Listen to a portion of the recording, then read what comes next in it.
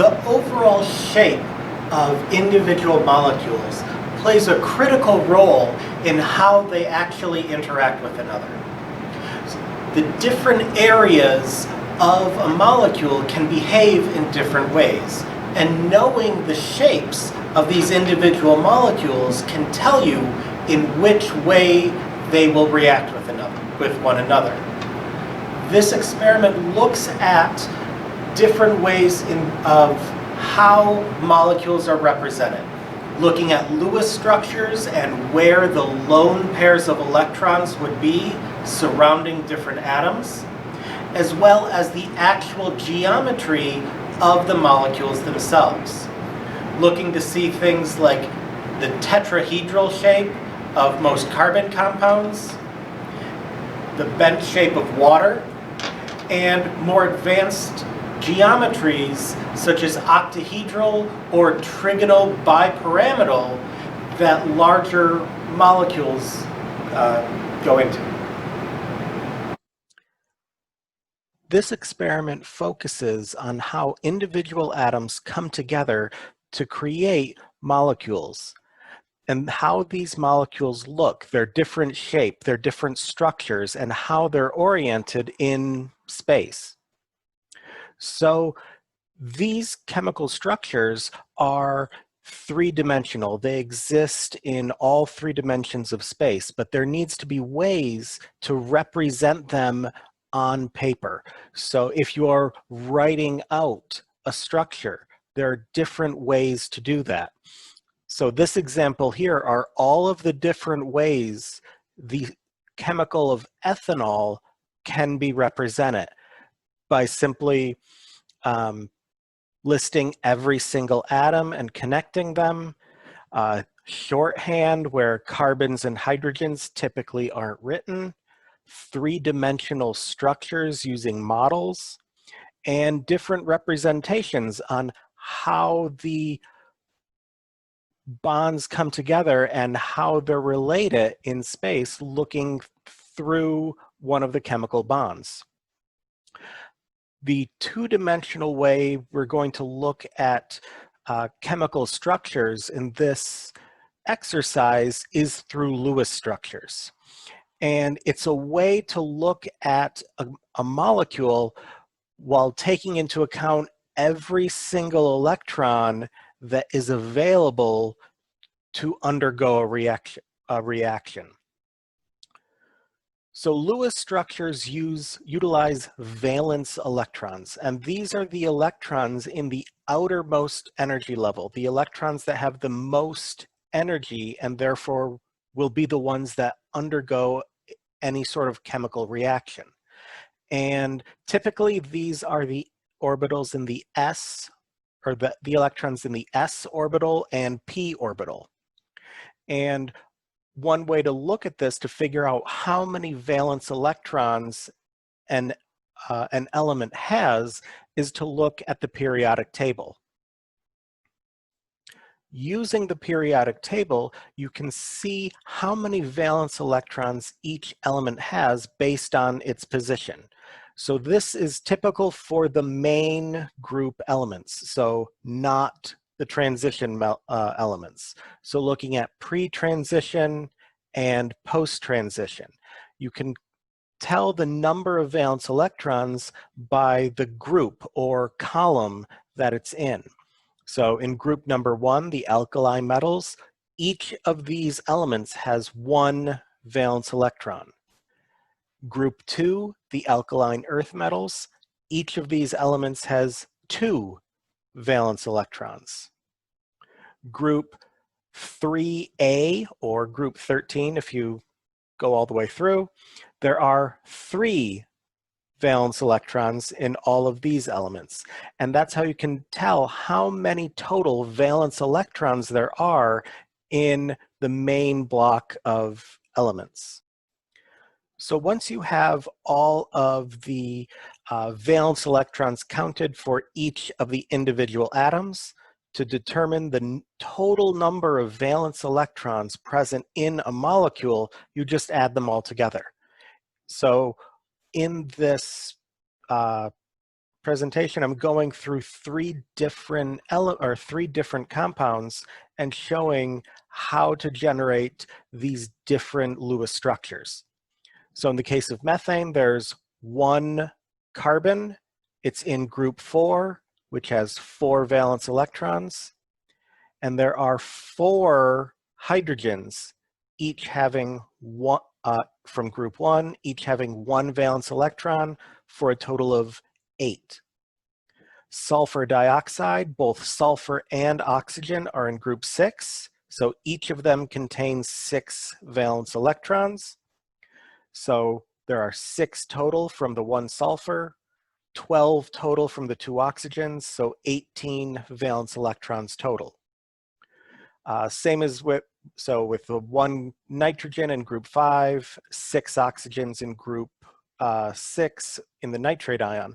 But when you're dealing with ions, ions are a differing number of electrons.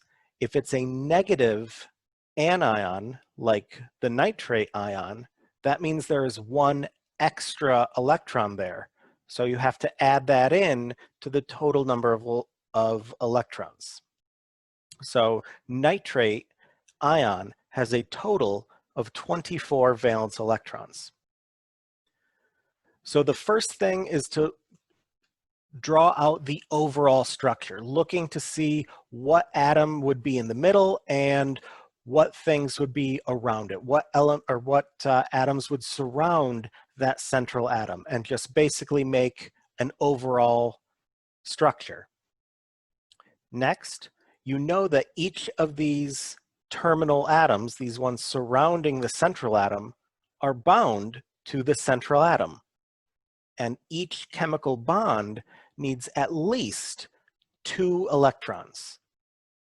So you can go through and for each bond that you know is happening, you can put in 2 electrons. Now I have a starting point of a Lewis structure for these 3 compounds. Methane itself, though, only started out with 8 valence electrons. All 8 of these valence electrons are used up, so this is the full complete structure for methane. There are still electrons to be used for sulfur dioxide and the nitrate ion, so these are not complete Lewis structures yet. One thing that's very important when writing or when drawing Lewis structures is the octet rule. And this is the general rule that atoms prefer to have a total of 8 electrons surrounding them, either in the form of lone pairs or bonds. So if you look at this methane example, carbon has 8 electrons surrounding it, 2 electrons in each of these bonds. Now there are some exceptions to the octet rule, but mostly for the chemistry that's you'll be working with, the octet rule is followed. But some of the simple, very small elements can't support 8 electrons. They're too small. So hydrogen only has 1 electron to begin with and only 1 proton. There's no p orbital. Hydrogen can only have 2 valence electrons. Lithium and beryllium are also very small, but they do have a few more electrons available to them than hydrogen, so they can hold 4. Boron does have, or is part of the p orbital, but it's very, very small. So cannot support 8, can only hold 6. The other thing is for very, very large elements. These large elements involve the d orbitals and can utilize those electrons to have 5 pairs or 6 pairs, so 10 or 12 electrons surrounding it. But typically, what you're going to be looking at are things like carbon, oxygen, nitrogen. These sorts of things will have and will follow the octet rule, and most of the halogens, fluorine, chlorine, these will follow the octet rule. Couple of examples here. Beryllium difluoride is too small. It can only support 4. Boron trifluoride, also too small, can only support 6. Iodine and sulfur are large, heavy atoms. If you look at the periodic table, they have a lot of electrons around them. They're very, very large. So iodine itself can support up to 5 pairs or 10 electrons. Sulfur can support up to 6. But in each case, they can have fewer. These are just the maximum electrons that they can support.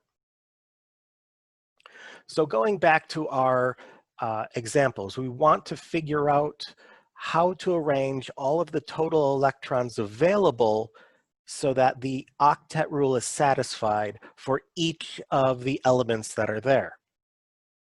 So in the case of sulfur dioxide, there were a total of 18 electrons. 4 of them were used just to hook these 2 oxygens onto the sulfur. That means there are 14 left. So the next step after you've put in the electrons for each of the bonds is to start going around these terminal atoms and writing in all of the other electrons, trying to fill these in to satisfy the octet rule. So you put in 2, 2, 2, all the way around the other oxygens. And what you'll find out is that they don't always satisfy the octet rule. You put these all in, and the sulfur ends up with only 6. But it needs to satisfy that octet rule. This means there's too few electrons there. This is an indication that there is a double bond present. And when you have a double bond present in a bonding pair of atoms, you can move one of these lone pairs of electrons that are on the oxygen and shift it to being the second bond tied with sulfur. So now this sulfur dioxide has a final Lewis structure of this. All 18 electrons are utilized, and each of the 3 atoms has 8 electrons surrounding it.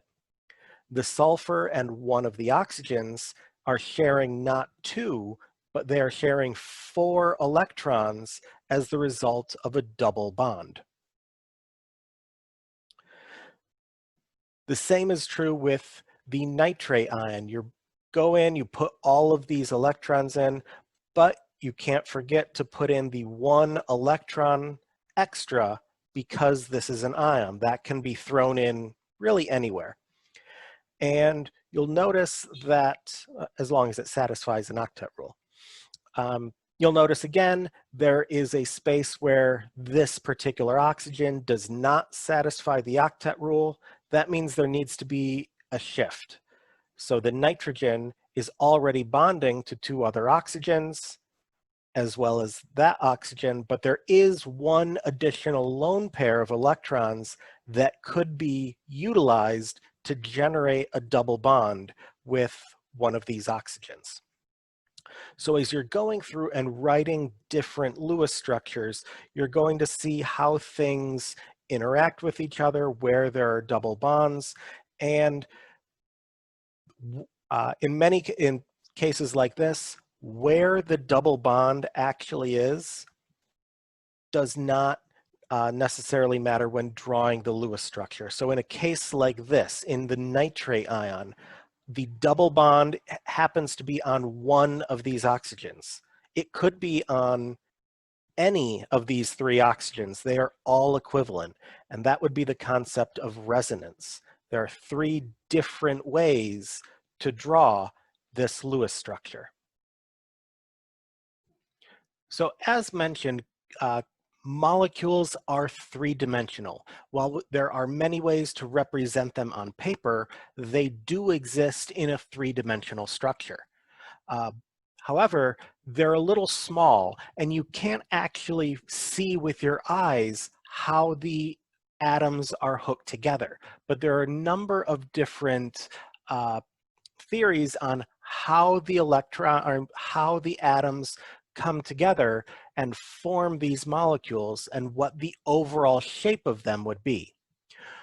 One of these theories on how molecules look is the valence shell electron pair repulsion theory, or VSEPR, which is usually pronounced as VESPR.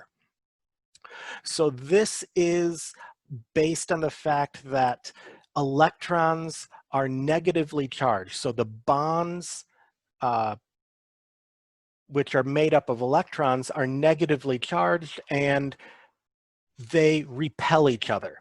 So they want to be as far away from each other as possible.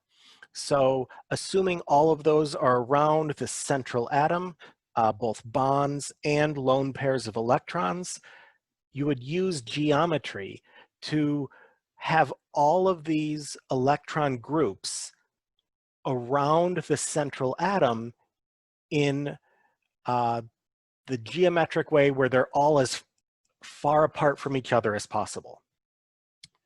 So there are a number of different shapes that can come from this. The simplest would be a linear structure. So if there are two electron groups, that means there is either two bonds or one bond and one lone pair of electrons, just two groups of electrons. You would have a linear structure. The farthest distance that two groups of electrons could be on a spherical molecule or a spherical atom would be on opposite sides, directly across from each other, with a full bond angle of 180 degrees. So this would be the simplest shape.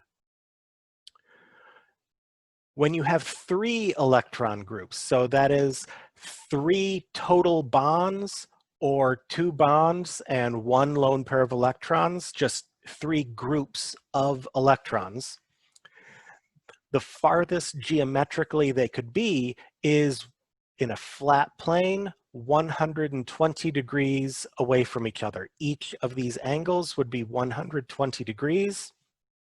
And geometrically, that's as far apart from each other as they can be. So if there, and this is trigonal planar. Trigonal meaning three or a triangle, and planar, it's a flat molecule. Now, there are two different types of geometry. There is the electronic geometry, and then there is the molecular shape. And the difference between them is whether or not you count lone pairs of electrons. So in this case, the electronic geometry includes lone pairs of electrons. So in both of these images, it's a trigonal planar geometry. So there are three electron groups around the central atom. So therefore, based on its electrons, the structure is trigonal planar. But lone pairs of electrons are not atoms. So if you're looking at just the atoms themselves, that would give you the molecular shape. And that would be the very descriptive term in this case of bent. The molecular shape of a central atom with two terminal atoms and one lone pair of electrons is bent. Also, lone pairs of electrons push out a little bit more. There's no positive nucleus on this end to kind of balance out their negative charge, so they take up a little bit more space in this. So these two bonds end up being pushed a little bit closer together just because there's no other positive nucleus up here to counteract the negative charge of that lone pair. So overall, when you have three electron groups around a central atom, it has an electronic geometry of trigonal planar and with a molecular shape of either trigonal planar if there are no lone pairs, or bent if there is one lone pair of electrons.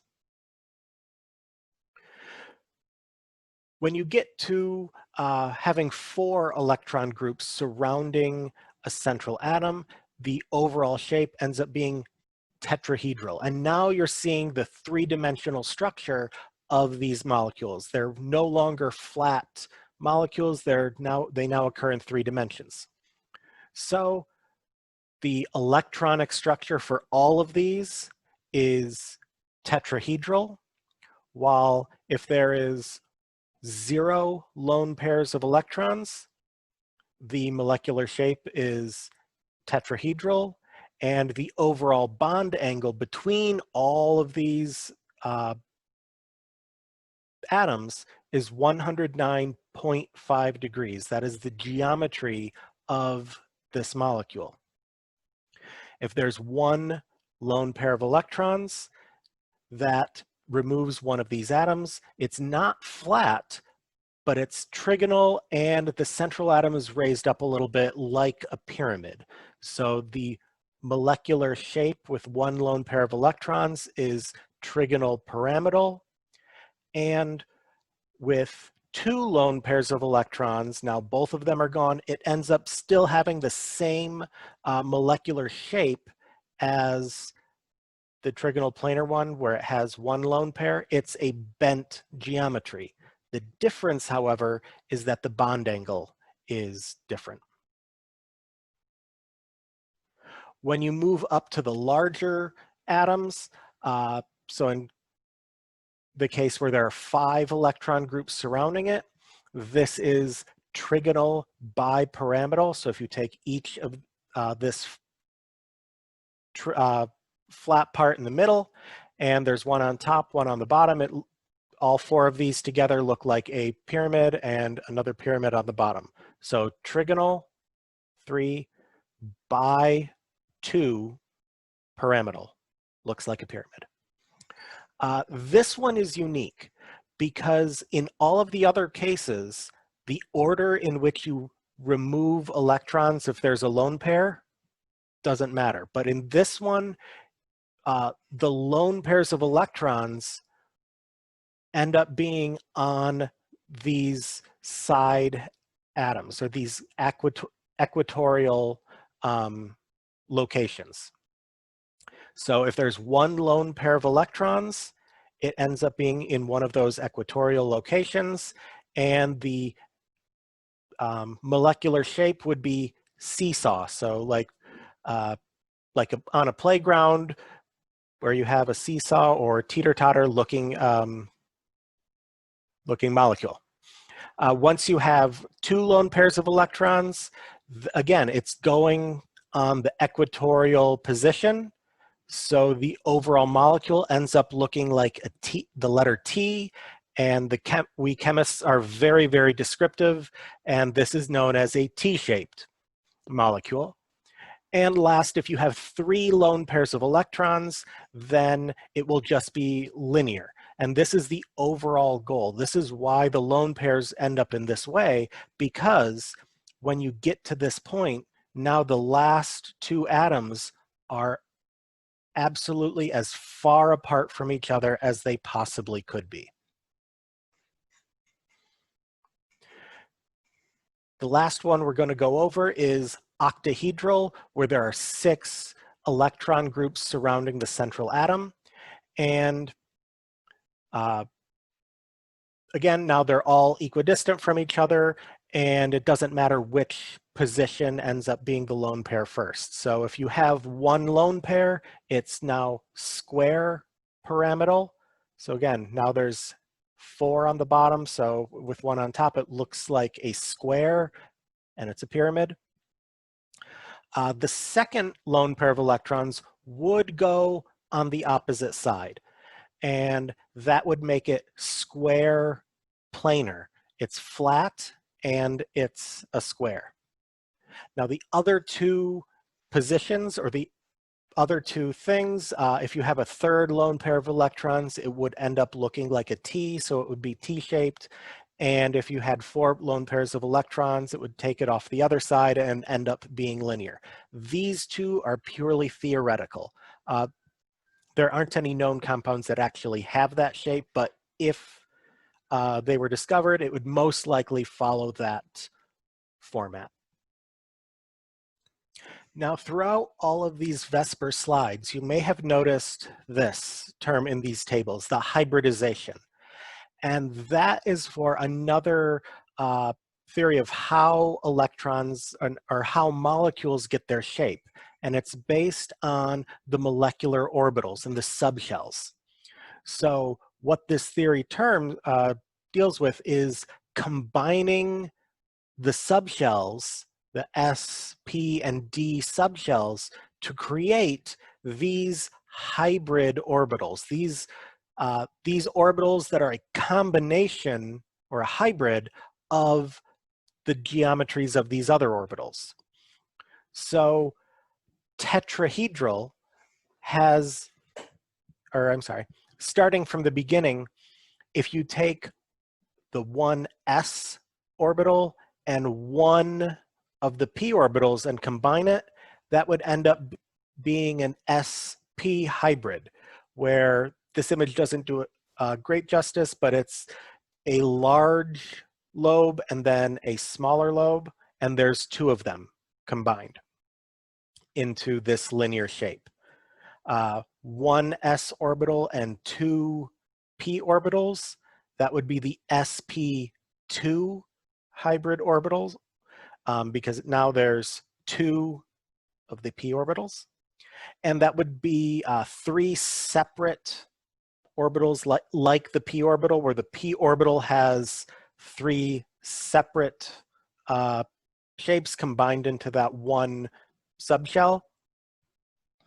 The sp2 hybrid orbital is 3 of those. Again, it's a large lobe and a tiny little small lobe, combining together to make a trigonal planar geometry. The tetrahedral geometry combines the s orbital and 3 p orbitals, so it's sp3. The trigonal bipyramidal combines the s, all 3 of these p orbitals, and now includes one of the d orbitals. That's why it's able to hold more electrons. And it ends up being a shape like the trigonal bipyramidal.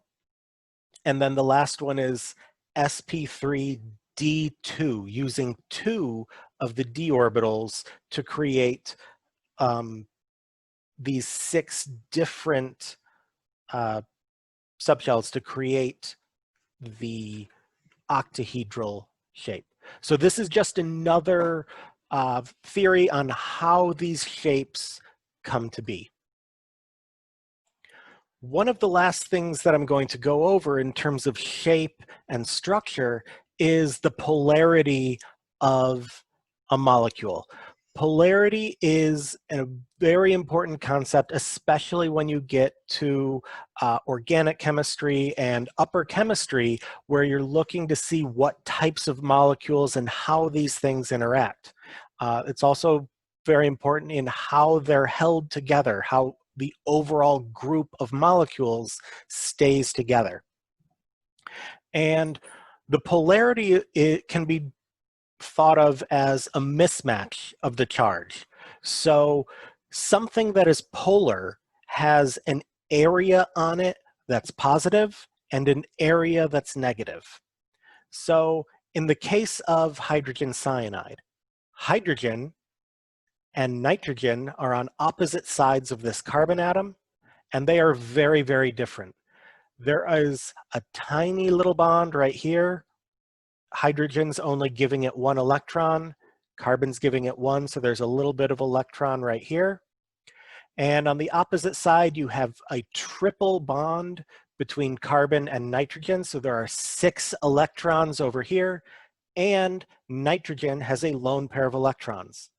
So on this side of the molecule is much more negative than this side of the molecule.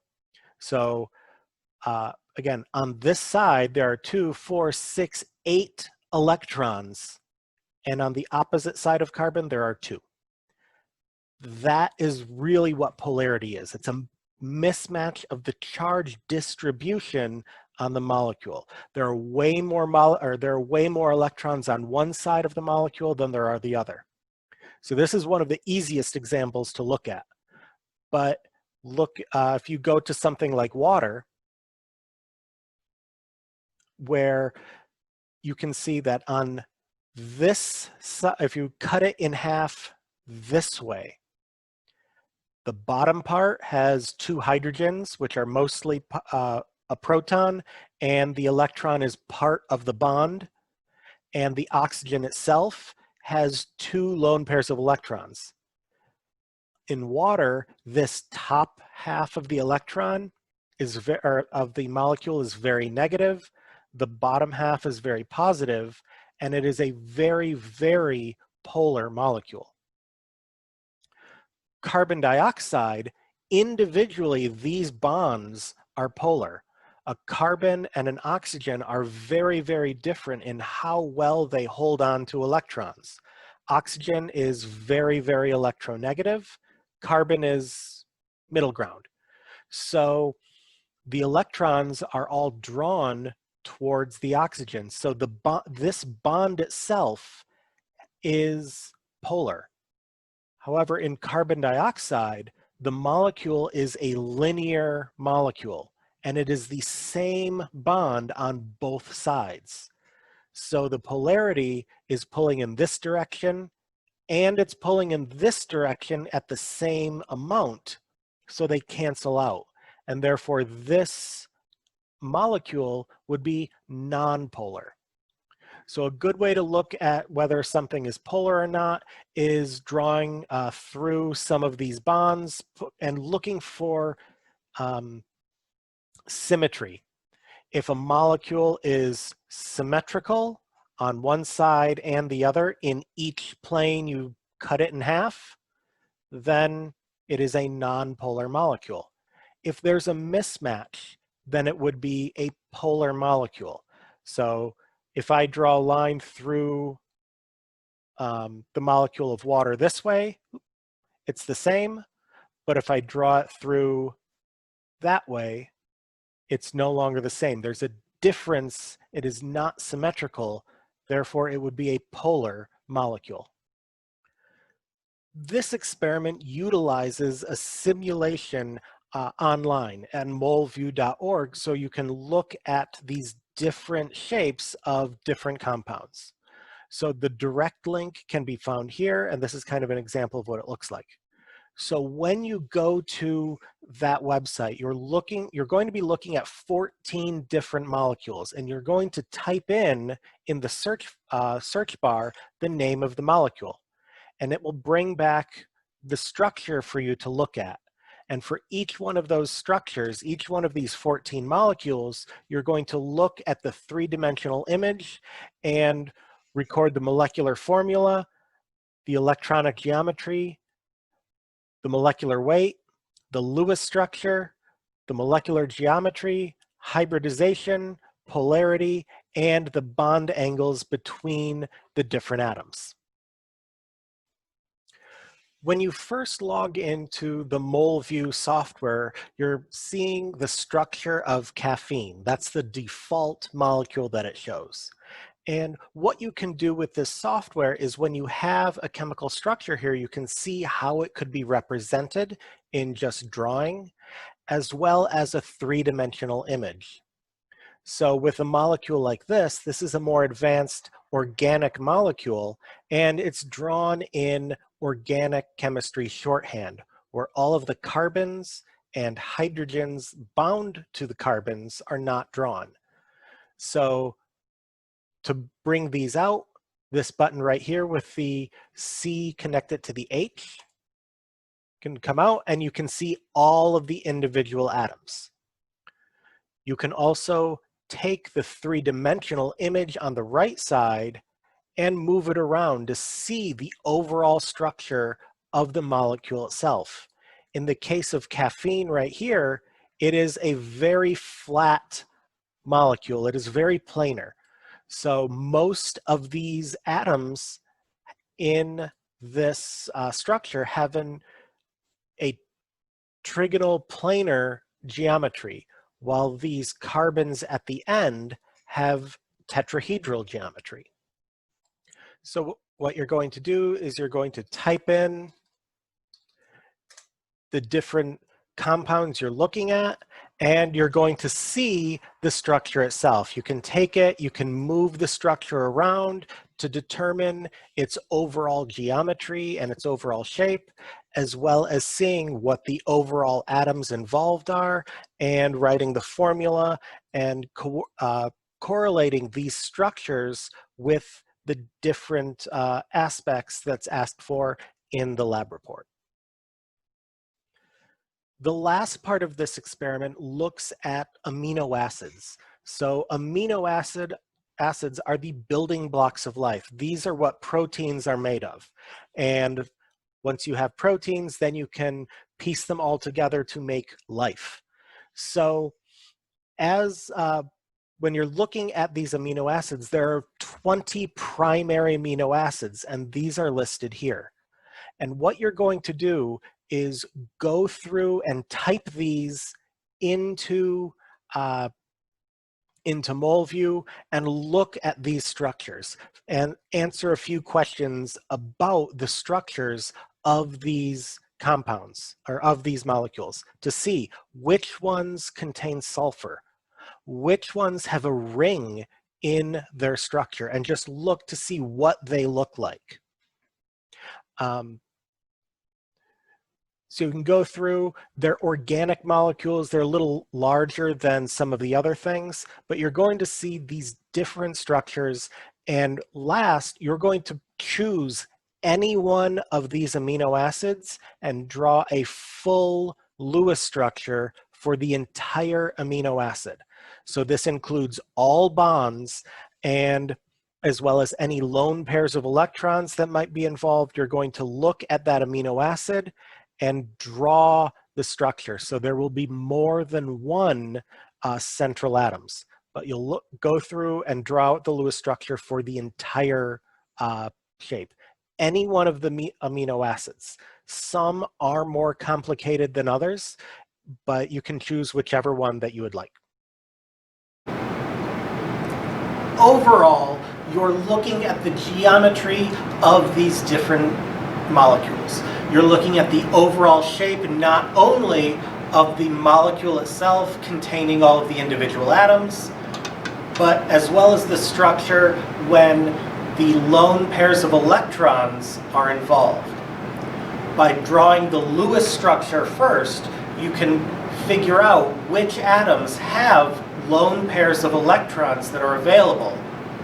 And using VSEPR theory, looking at the electronic geometry and the molecular shape and how they differ.